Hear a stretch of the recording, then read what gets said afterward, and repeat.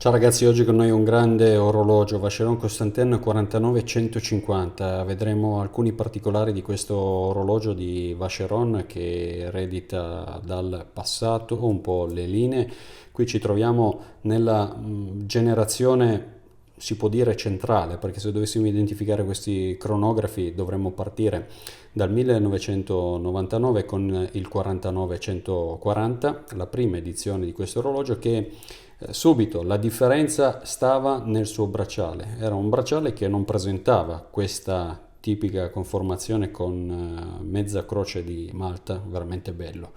Va a eliminare quello che era il problema caratteristico della prima edizione del 140, perché poteva avere dei problemi a livello di interferenza di maglie. Invece in questa maniera il design è stato, tra virgolette, rilavorato su base anche funzionale, perché come vedete non si hanno più problemi di interferenza fra una maglia e l'altra. Il bracciale quindi è poi realizzato con pernavite, un pernavite la quale parte filettata non è sull'estremità come al solito, ma nella parte iniziale della testa dell'organo. Altre caratteristiche, poi guardate, andiamo a vederlo. Guardate quanto è bello questo orologio, non abbiamo sprofilamento per quanto riguarda il vetro, sono 150 i metri per la tenuta di questo orologio, grazie poi al sistema di viti che vanno ad equipaggiare sia la corona che i tasti cronografici. E come cronografo qui equipaggiamo un calibro di derivazione Frederick Piguet 1185 che è stato ospitato su diversi top player dell'orologeria mondiale. E in più qui la complicazione di Vacheron Constantin è quella di adottare un sistema Grand Date con digitale, possiamo dirlo perché si chiamano digit, poi i numeri che vengono anche esposti così in maniera analogica. Andiamo a verificare anche il funzionamento cronografico. È molto morbido perché abbiamo una ruota colonna all'interno che ospita poi un sistema di frizione verticale, di innesto verticale per la parte cronografica. Come viene cambiata la data? Andiamo a vederlo perché sono e siamo anche curiosi. Facciamo un giro veloce per verificare il cambio data. Nel frattempo vi mostro l'assenza dell'hacking secondi su questo calibro. Ecco, solitamente qui abbiamo un processo di cambio che si innesca e si è già innescato, guardate il numero 7, ecco, perfetto, perfettamente in tolleranza secondo specifiche. E questa è la parte, diciamo, funzionale cronografica. Continuiamo ancora sulla parte posteriore dell'orologio, andiamo a vederlo, chiudiamo prima i tasti. E questo è rappresentato sul fondello, è rappresentato, vi dicevo, 150 metri, abbiamo però un fondello a viti dove vediamo l'Amerigo Vespucci.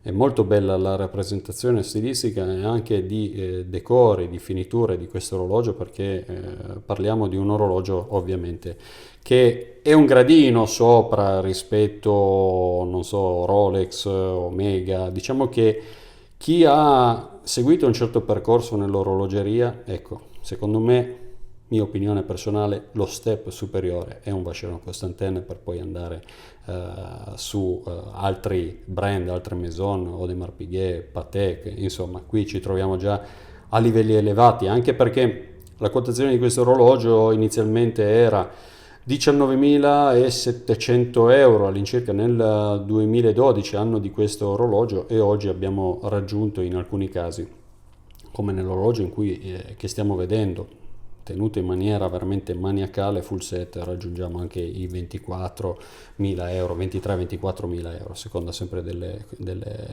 fattori soggettivi. La visibilità è ottima, andiamo a vedere un attimino, ecco, questo è quello che accade in termini di visibilità quando andiamo a leggere l'ora in assenza di luce, e poi, beh, andiamo a provarlo. Ecco, cosa ne dite? Questo, ditemi nei commenti le vostre impressioni su questo orologio. Un orologio dal bracciale integrato che offre veramente grande grande immagine al polso e grande qualità come i dettagli che vi ho mostrato.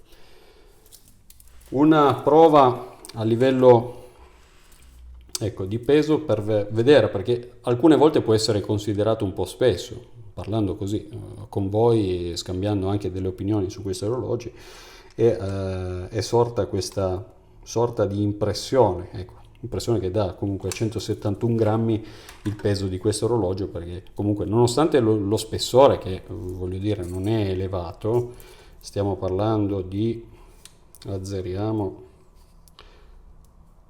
di 12,58 ragazzi, 12,58, siamo a livelli di Daytona, perché vi ricordo che questo calibro, l'1137 alias 1185 di Frédéric Piguet, era un calibro che ha avuto anche il primato di spessore a 5,4 mm per 25,6 di diametro. Ma adesso andiamo a vedere un'altra cosa. Ragazzi, eccolo qua. Prima di osservare questo capolavoro di meccanica, iscrivetevi a WatchFan, attivate la campanella delle notifiche, perché è un'operazione molto raccomandata per il vostro interesse, per la vostra passione, e non vi perderete meraviglie del genere. Guardate che capolavoro di meccanica. Adesso io vi parlo un attimino di questo calibro. Questo è un calibro, si può dire, è un capolavoro. Non è una manifattura di Vacheron Constantin, questo è un calibro di realizzazione Frédéric Piguet, e vediamo anche il simbolo di Frédéric Piguet proprio a fianco al volantino del bilanciere, poiché questo è il suo simbolo, questo cavallo rampante che stiamo vedendo, e difatti riconosciamo anche le sigle. È un calibro che è stato adottato da moltissime case prestigiose, vi faccio alcuni nomi: Audemars Piguet 2385, Breguet 576, Omega, che conosciamo tutti, però con una realizzazione dedicata del 3303 con le varianti poi 3313 che vedremo anche insieme, Blancpain, Cartier, e insomma ci sono molti nomi dell'orologeria di alto livello che hanno adottato queste soluzioni. D'altronde questa casa Frédéric Piguet è una casa molto antica, 1858 è la fondazione di questa azienda svizzera, che è specializzata nella produzione di calibri, di motori, e motori anche di alto livello, come stiamo vedendo, perché alto livello quando viene utilizzato per esempio l'oro come materiale per la massa oscillante. E poi riconosciamo anche l'impostazione di questo calibro, perché adesso vi faccio notare da cosa si riconosce più o meno un Frédéric Piguet. Guardate, ecco, adesso piano piano, perché qui avrete capito, stiamo parlando di un calibro con movimento unidirezionale. Questa molte volte è la forma del comparto dell'automatico che distingue un Frédéric Piguet, e lo notiamo anche su Blancpain. Vediamo le sigle 1187, poi le specifiche di base ci parlano di un calibro che è dotato di innesto verticale cronografico. E adesso ci mettiamo anche un attimino, poi qui sotto nell'automatico abbiamo poi la comunicazione nella parte sottostante che va fino al rocchetto di carica per insomma trasferire l'energia che è attuata poi da questa massa oscillante. Ecco, non vi ho mostrato questo è il cover metallico per la schermatura del calibro, schermatura che avviene tramite il fissaggio di traviti. E poi vi mostro anche il famoso fondello con l'Amerigo Vespucci. Ecco, un capolavoro per l'age, e poi le sigle di referenza e l'incisione poi sulla parte centrale superiore. Questa è una bella realizzazione di un orologio che insomma unisce sportività ed eleganza, tra l'altro il motivo per cui fu disegnato questo orologio. Ed eccoci di nuovo qua ragazzi.